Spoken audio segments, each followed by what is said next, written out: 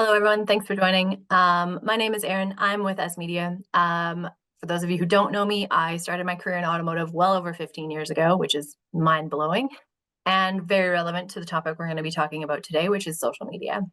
I've had the privilege of working in the dealership and on the vendor side through that time, and my focus has always been on digital marketing and analytics. Today, I hope to give you all a bit of insight into the wide world of social media for dealerships and how we should go about leveraging these powerful channels to grow our brand and to sell more cars. I want to start off by recognizing the importance of dealerships in our communities. Dealerships have always been a pillar of the community. They're a major employer, a sponsor, a donor, and even a gathering place. Growing up in my community, a small town of about 1,000 people, we had a dealership. It's where my dad worked. It was a gathering place. I have great memories of visits in the office. People would stop in for coffee and just say hi. Outside of its physical building, that dealership was an active participant in the community. They sponsored events and teams. They had a reputation. They received feedback in a very physical way.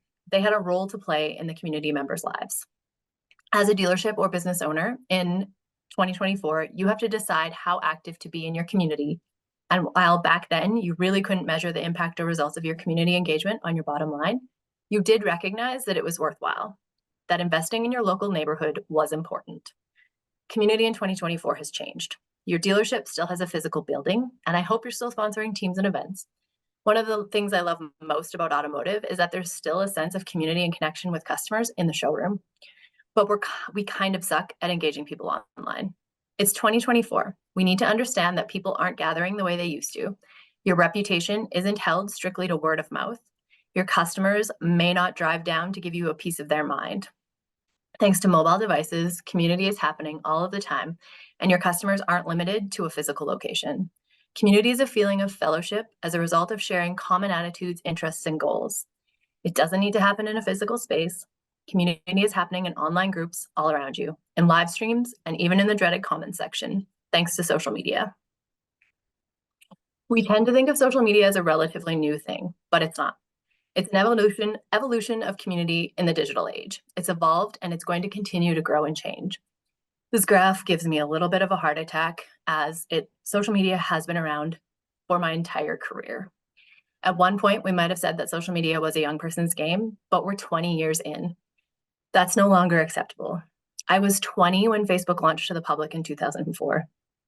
Social media has existed, again, throughout my entire career. People younger than me who are fresh out of university and looking to buy their first car have grown up with social media. They are comfortable online and on these platforms. My 86-year-old grandmother is now comfortable on these platforms. The growth of social media profiles in the last 20 years, as illustrated here, is astounding. The fact that my grandma and my 21-year-old niece use the same platform should blow your mind. I'm not saying they use it the same way. They use it very differently. But the fact that they do use the same platform should make you stand up and pay attention. The point is, your audience and your community is on social. These stats highlight that no matter which demographic you're looking to hit, you can find them on social media. I think the challenge for business owners becomes how and where do I get the best value for my dollar when creating a marketing strategy? As a business owner or a marketer, you should recognize the value and opportunity that exists on social. Not only are the audience numbers incredible, but the amount of time people spend is significant. According to data from McKinsey in 2022, 35% of Gen Z is spending more than 2 hours a day on social. And while you might say that Gen Z isn't your ideal customer, take a look at millennials. That's me. These people have buying power and social media platforms have their attention. 24% of users spend more than 2 hours on social media per day. Users are checking these platforms multiple times while they're waiting for coffee, when they're procrastinating sending that email, when they're in your service lounge, and even while they're watching Netflix on the couch. We know that social has power because the audience is there and they tend to spend time there. But what are they doing on these platforms? While engaging with family and friends is high up on the list in terms of usage, we're seeing a significant increase in research and engagement with products and social and brands on social. They're also using it just for entertainment. And it's important to note that entertainment in 2024 doesn't mean streaming TV. It's watching reels and shorts and TikTok videos for hours on end. In fact, TikTok has recently started calling itself an entertainment platform. The way we use these platforms has evolved. We're turning to them for information and answers. We look up reviews, hours of operations, we source recommendations and local info. We plan events and trips, we shop, we watch video, and we live stream. These platforms are no longer just a connection point for individuals. They've got outside of building and maintaining our personal networks.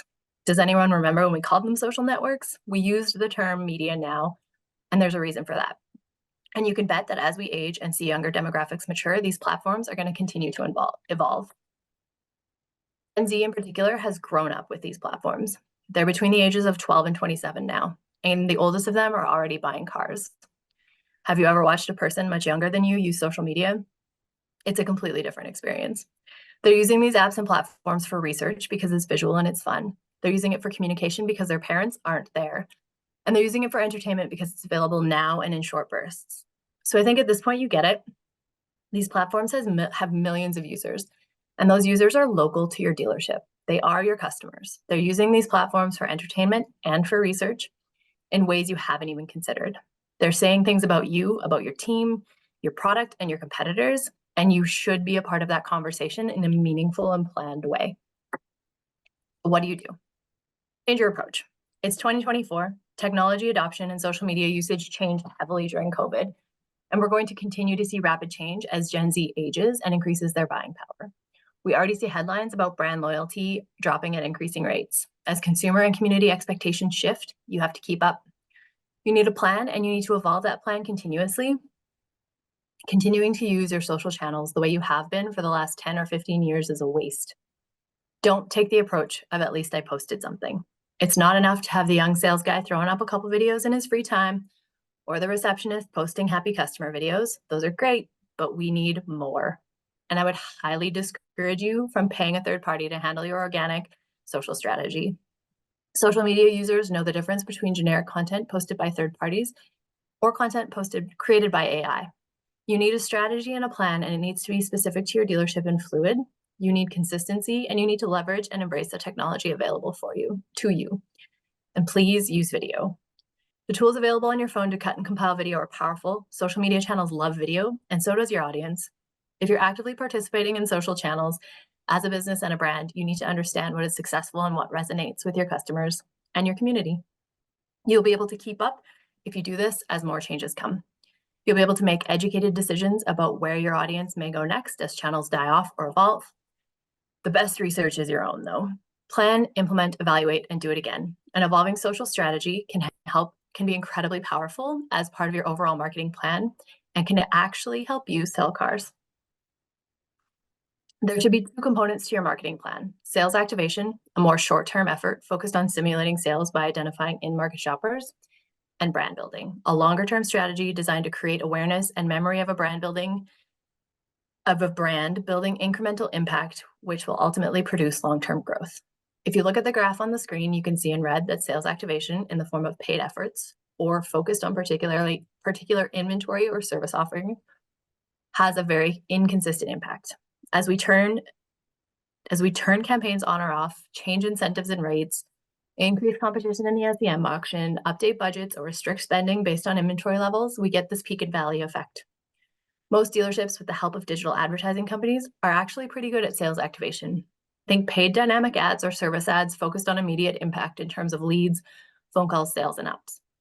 I would argue that most of us may even be singularly focused on sales activation, and fair enough, because it's easy. But when it comes to our social media strategy, in order to create long-term success and mitigate those peaks and valleys, you need an organic brand building strategy. It's harder and it requires more concerted effort, but it's worth it. Successful marketing requires reach in an audience, and we should all know at this point that social media platforms offer both. A paid strategy advertising your vehicles and dealership services will have an impact, and it's going to be successful with an always-on approach. But you need an organic brand and community-based strategy to supplement your paid efforts on search or on social media.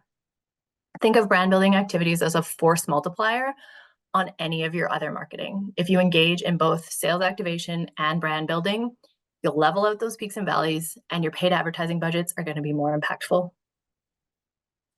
Okay, So you all know that at S Media, we run digital advertising for dealerships on Facebook, TikTok, Google, Microsoft, and more.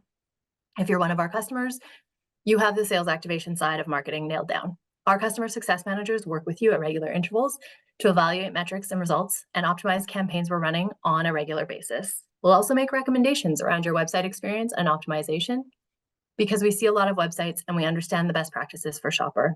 And this helps our results for you. What we can't impact is your brand. And to my earlier point, brand building is something that you need to do in-house at the dealership. It's very personal to your store and it's not work you should contract out. Here's the thing. If you haven't taken on the work of thoughtfully building your brand, you already have one. It exists and it can influence the work S Media does for your dealership in a very positive way, or it can detract. A brand exists for any business in the way your customers feel about you, in the way your customer community perceives you, in the way your team handles every interaction. It's more than your logo. It's not just your storefront. It's your website. It's your sales process. It's the receptionist answering the phone. This is where I circle back to the power of social media and how to use platforms like TikTok or Instagram or LinkedIn, and yes, still Facebook. The work you need to do before you start your brand or before you start down the road of a social media strategy is to define your brand. Create some parameters around what your dealership is and how it shows up for customers and your team. How do you make customers feel? How do you want customers to talk about their dealership experience? A clearly defined brand will help crystallize the way you show up to engage with your community on social media. Your social media can and should be a team effort, but it needs to be led, directed, and planned by a dedicated resource. Consider the channels that your customers are on and develop a plan for each of them. A proper social media strategy should be multi-channel. It should involve listening, researching, and planning. It requires active participation. You can see here that your audience are going to overlap by channel. It's okay. You don't have to be on every channel. You do want to be on several, and you want to make sure your content is appropriate for the channels you've chosen. Once again, this highlights the need to plan. If you haven't already done it, I strongly recommend you have a position in your dealership devoted to social media and reputation management. You'll also need a plan to mitigate a crisis and handle negative feedback or trolls, or again, that dreaded comment section. All right. So you'll notice that the last 3 slides have been around planning. A successful social media strategy needs guidelines and guardrails to be successful. But once you've done the planning, then the real fun begins. You get to implement. And this is where I encourage you to have fun with it. So this is an example from a dealership that we know called Lamb Ford. And I'm just going to play it. I think the audio should come through, but it's pretty fun. Hey, have you seen this car jitsu thing? Car jitsu. We are back in the car. On the left side of your screen, Samuel Eidson. And on the right side, Rance the Punisher Faust. And we're off. And it looks like immediately Samuel gets in the better.